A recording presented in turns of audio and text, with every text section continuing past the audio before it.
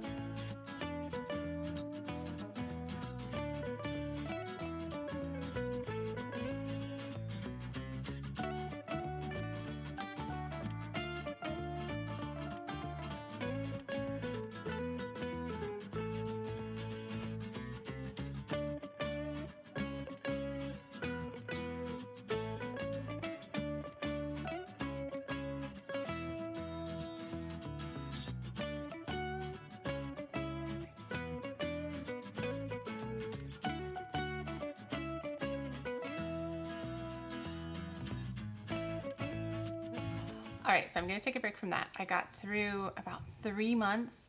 That last month, I'm a little less sure my plan. I have been a little bit more inspired by like brave writer kind of techniques, which obviously you assessed if you're thinking like book parties and poetry tea time and things like that. But I'm still working all that out and seeing how I can really use my base program, which I love, with Sonlight, and kind of add some of that in. So I'm still working on it, which is kind of what inspired that monthly planning type stuff. But the other thing I have to do, which really helps me every year, is to set up, I call them SOPs, which just is standard operating procedures. It's kind of left over from my science background. But what I'm going to do is I'm going to keep working kind of in Notion, where I'm just organizing all of this kind of bigger stuff. And I'm going to start making myself lists of both kind of what I need to do on the monthly and what I need to do every week. And this just really helps me because sometimes I'm just in a hurry and I want to be able to check off boxes and be like, okay, I need to refill my kids' binders. I need to make sure I check all my science supplies, things like that. And so that's what I'm going to do, is I'm going to try and brainstorm those ideas. And really, I like having it in Notion because I'll remember other things that I need to add. So I'm just going to get it started for the year, because every year is a little different. And so you can kind of see me as I put that together as well. And so that's really the last thing I'm going to be doing today on my computer. And yeah, I'll take you with me.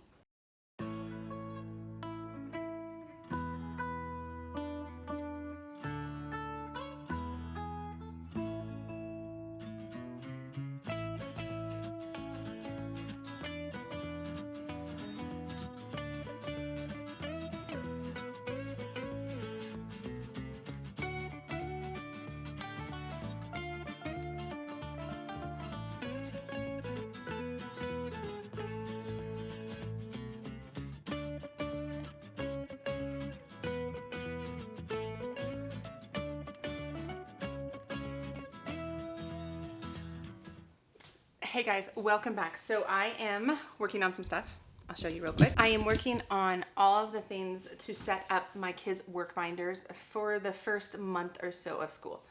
And so I love work binders. I have a whole video. I will share it with you guys. I picked up some new ones for my twins. I actually got a little bit bigger of a size so I could fit more if I need to. But I also have the other ones from my big kids. So I have all 4 work binders. And then I have all of the work I'm going to be putting in their binders. Like, for instance, this is my son, my 9.5-year-old. He has his logic of English and his math and things like that, as well as kind of my twins who have all their Abeka K4 and Danelian. So go see my curriculum videos if you're curious what we're using. But I usually load binders kind of on the monthly, and I wanted to get it all loaded and all ready before we go on vacation, so I can have a restful vacation. So I'm going to take you with me. This is one of the last things I have on my list. You guys, I'm so close to being done for this summer with all my summer prep. And so I hope you are liking this video. I hope it's useful.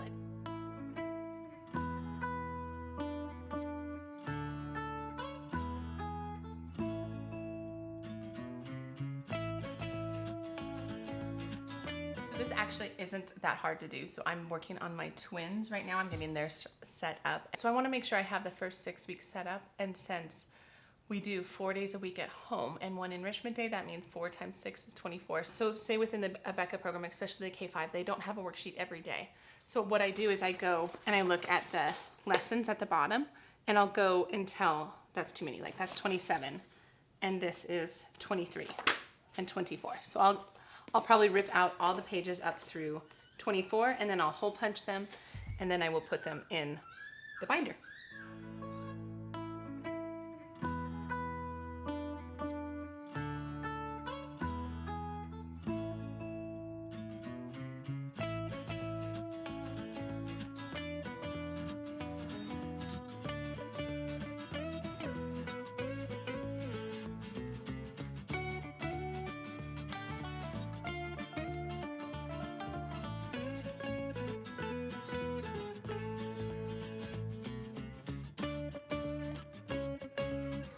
Okay, so I finished my twins, and now I'm gonna work on my big kids. And theirs is just a little bit more complicated because I have decided to copy their Logic of English Essentials worksheets because I just don't know how else to do it. It's complicated. There's like levels, different levels, or worksheets that everybody uses. So I feel like you'd buy a workbook and then you'd only use 2/3 of it. And then by the time you go back through level B, you would need a new workbook and use 2/3 of it. So I just decided I'm just gonna copy them out.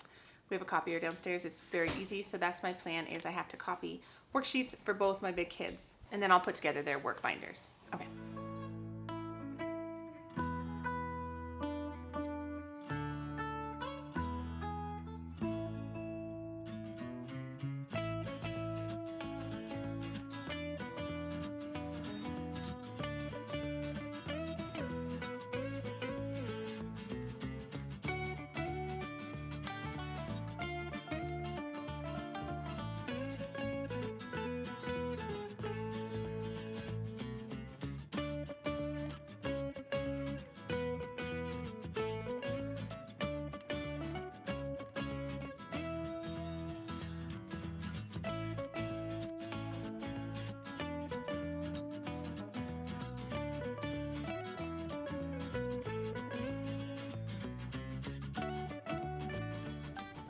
Hey guys, so today is kind of my last day. It's kind of the last thing on my list, which I'm really excited for because I'm almost done homeschool planning for this summer. What I love to do at the very end, really this is kind of my favorite part, is I love to kind of get into the resources. I love to look through everything that I have. Sonlight is kind of out here, but I also like to look through all of the other resources I have, like my Saxon teacher guides, my Logic of English Essentials teacher's guides, and I just kind of like to look through the year to really just kind of feel out what the plan is, because I don't know if you guys do this, but I tend to like order all my curriculum and then I'm like, okay, I'm gonna put it away and then I'm gonna look through it later, and sometimes I just don't look through it. And so that's what I am doing today, and I have my coffee, and it's just, I enjoy this part. I love curriculum, and so I want to get into it. And so I'm going to take you with me, and when I have some thoughts, I'll just kind of share them with you as I go.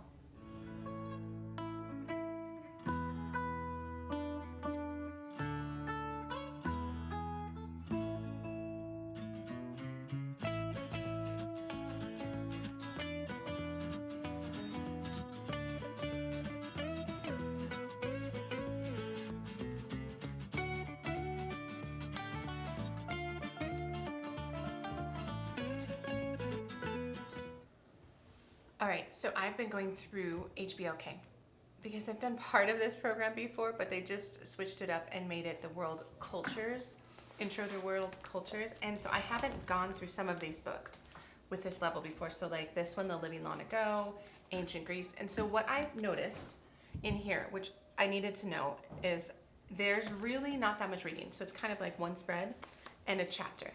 And then there's the poetry and stuff. And I think we're gonna pull poetry out to do kind of a special poetry tea time.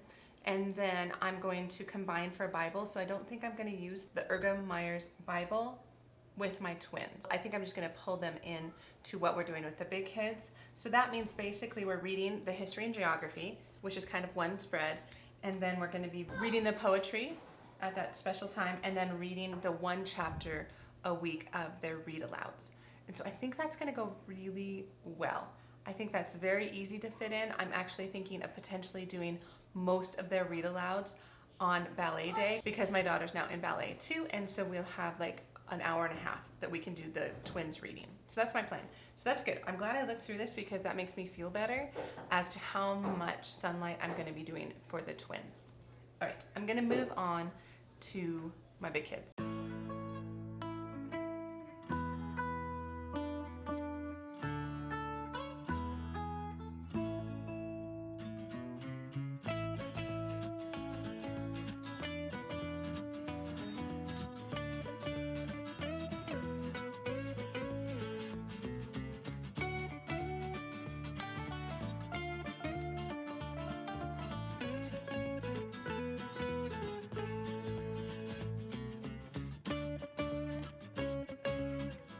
Alright guys, so I thought this might be a better angle. So I'm looking through HBLC for my big kids and I'm looking through the Bible portion. So it looks like it's going to be quite a bit, but it's got some really cool stuff. And so I don't know if I've mentioned this before, but there's actually, this is the first year HBLC where it is parent reading and student reading. And so I have a bit of reading, it looks like 18 verses, and then the kids would read Genesis 1:1 to 2:3. So it's a decent amount, and they're reading it out of this Bible or their Bibles. I still haven't decided that, but my thoughts are I might do all of this during kind of a Bible breakfast. And then I was looking at this resource, which I'm really excited about, and I understand now better how to use it. And so basically there's 30 chapters, and it's written more towards the parents, which I think I've mentioned, but you basically, on the first 2 days of the guide, you read the chapters. So probably depending on how it's going, I could split it over 2 days, or I could just read it all at once, depending on how my kids are doing. But then there's these conversation guides, and that's for the second part of the week. So day 3 and 4 of my 4-day schedule, which I really like this because it kind of takes what we're talking about and allows us to keep talking about it through the week. Like I could probably take these ideas and like talk about them at the time we're reading it, or I could just kind of let it kind of simmer and then chat about it on Wednesday and Thursday. So I'm excited about that. And then I also do have memorization here, which I forgot. I do need to still set up my box. I have a memorization box. So I'm going to set up the cards for this year. So I'm going to go all through this, and I'm going to write out all the verses and the weeks, and then I'm going to file it. And then I'm going to bring back last year's to help me review. So that's my plan for Bible.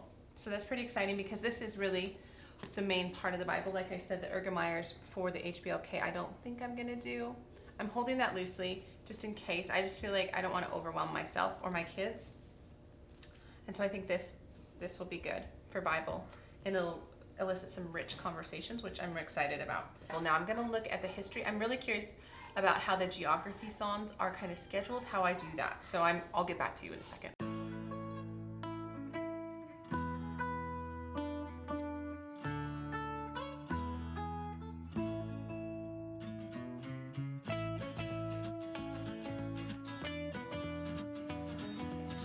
All right, guys, I totally get it now.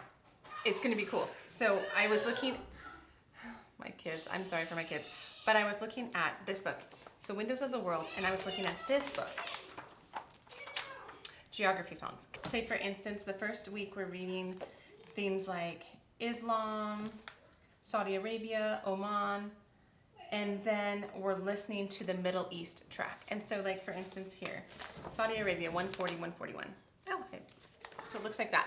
So we'll be reading this spread on Wednesday of the second week, while we're still working through the geography songs. So that it has a CD we can listen to, but it also has a spread in this book. And here's the song. And then here is like a map we could copy, and I could keep working with them on kind of this part of the world, which I kind of like. I like the idea that we're focusing in on people groups, and that Sonlight is trying to really build a heart for the nations.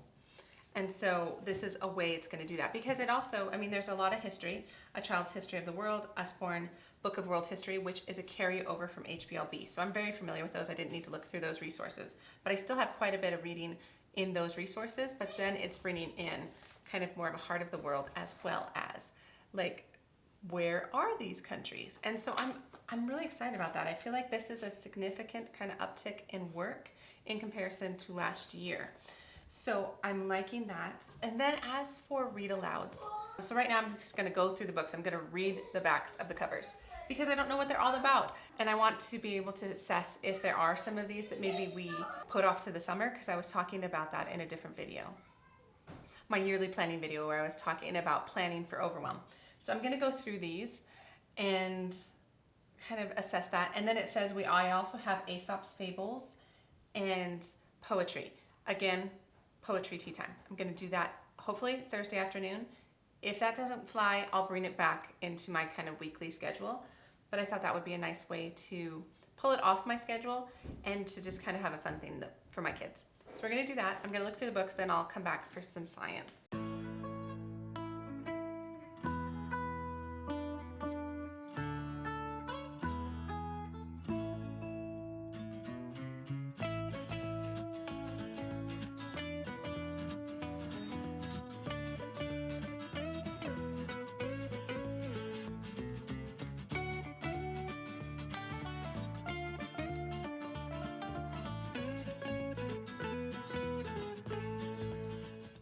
So I just went through all of the read alouds. This was really good. I'm actually happy I did this. Last year I didn't read the backs of anything and we just kind of pick them up, and it was fun to be surprised. But this year I'm trying to just be a little bit more cautious of not getting overwhelmed and potentially adding in a little bit of Brave Writer, which we'll talk a little bit more about later if I actually do it. I will discuss it. But what I wanted to do was go through these books and see which ones were more historical in nature, and there are a lot of them that are more historical in nature, I feel like. Well, not the Penderwigs, but I feel like these ones I definitely want to get to. I feel like these ones, I'm okay if we move to the summer. This one I was looking at when it is scheduled, and it's scheduled during like the Revolutionary War, and it's about horses. We'll see. I feel like none of my kids are very horse driven, honestly, and so that might not be a big hit for us. And then there were these ones, and so these are the Andrew Clements, 2 of them actually, and they feel like really good stories for a couple things. Like this one, the school story, is about a little girl who wants to publish. She wants to write, and I feel like that's something that I've been looking into a lot and reading a lot about, how to encourage the writer's voice in my kids, right? That sounds like Brave Writer. And I like this. I just don't know if we need to read it during the school year. This could be one of those that we pull out, as well as this one, because this also sounds really good. It's called About Average, and it has more to do with like getting along with others and friendship and choosing kindness over getting back at somebody sort of idea. So good kind of life social lessons. So these 2 feel like books that we could pull out of the curriculum, that I don't necessarily need instructor guides questions to help me teach these, in addition to this one. So this is called Captain Nobody, and it has more to do with this kid who's knocked into a coma, and then his friends are trying to like cheer him up or something like that. And this also sounds like just a fun book, but not as much historical. So this could be something we pull out to make more room if we need to. So I'm not saying I'm going to, I just wanted to be a little bit more prepared this year. And so I was looking through the notes and just seeing all that we're going to cover. And really what's going to happen is I'm going to have to go through the notes every week. And that's always been my plan, is I look through some of the notes, because some of them are very long. Some of them like discuss things, especially when you're talking kind of the window on the world, where you're talking different people groups and things like that. There's some really good discussion points in here that you can naturally weave in the conversation when you're teaching it. So that is kind of the read alouds. I have looked through all the science already, and I'm really excited about it.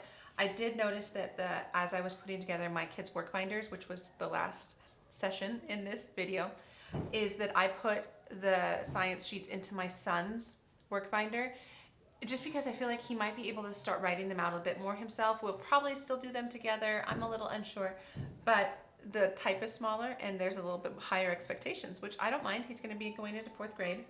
And then we have all the books, which I have already looked through, and I'm already excited. My son's actually very excited for this year for a couple things: magnetism and electricity, as well as learning about genetics.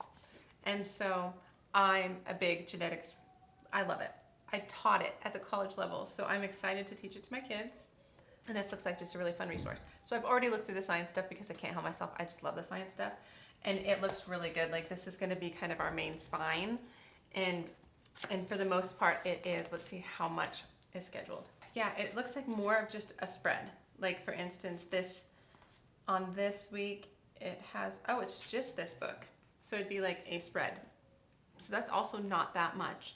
Plus activity sheets, plus the inventions, which is kind of more of the 5th day kind of thing, because I always get the 5-day. We actually already have this book, but my kids love it. We've read a lot of it already, so we'll probably either reread it or kind of skip around. That makes me feel so much better. I probably will go through some of my other instructor guides, maybe not on camera, because I know that's not the most exciting to see, but I just wanted to show you that this is kind of how I end my process. This is how I end my prep for this summer. And I'm really ready, you guys. I'm ready to kind of hit the ground running when we come back from vacation, probably end of July. We'll just get started. And I'm really excited for the year. I'm really excited. I feel like it's gonna be really good. I have a little bit better handle on how it's gonna go, because I've been making schedules and I was like, I really need to look at my Sonlight instructor guides to make sure I can fit it all in, or to make sure I can pull it back if I need to. So I hope you've enjoyed this series, kind of behind the scenes of my summer, all my different things. I hope it's helpful. I hope it's inspirational and that you can kind of take a few things and kind of run with it. Or I hope you're just enjoying your summer. If this is stressful to you, if the idea of doing all this stuff is stressful to you, I feel like you do what works for you. But that's what I have for this video, you guys, and I'm so thankful you came along with me. Let me know down below, how do you do your kind of prep for next year? Like I feel like for this video I did a lot of kind of like intuitive planning. I was trying to really assess my kids and see if I'm missing anything or assuming things. And so I started there. I was filling in kind of course of study, like which curriculums have I chosen for this year. I was going through all of my Notion, which again I'll probably make another video about, and organizing things on there. And then today going through my Sonlight, going through all of my books, and potentially thinking about some Brave Writer stuff, which again I'll share if I go that direction. If I don't, I'm not going to share, obviously, but let me know your thoughts. And I hope you're having a wonderful summer. And if you like this whole series, please just give the video a thumbs up, subscribe to the channel if you want to. I have some great content planned here for the end of the summer, early fall. So I'm really excited to share it all with you. But otherwise, guys, I will see you in the next homeschool video. All right, take care.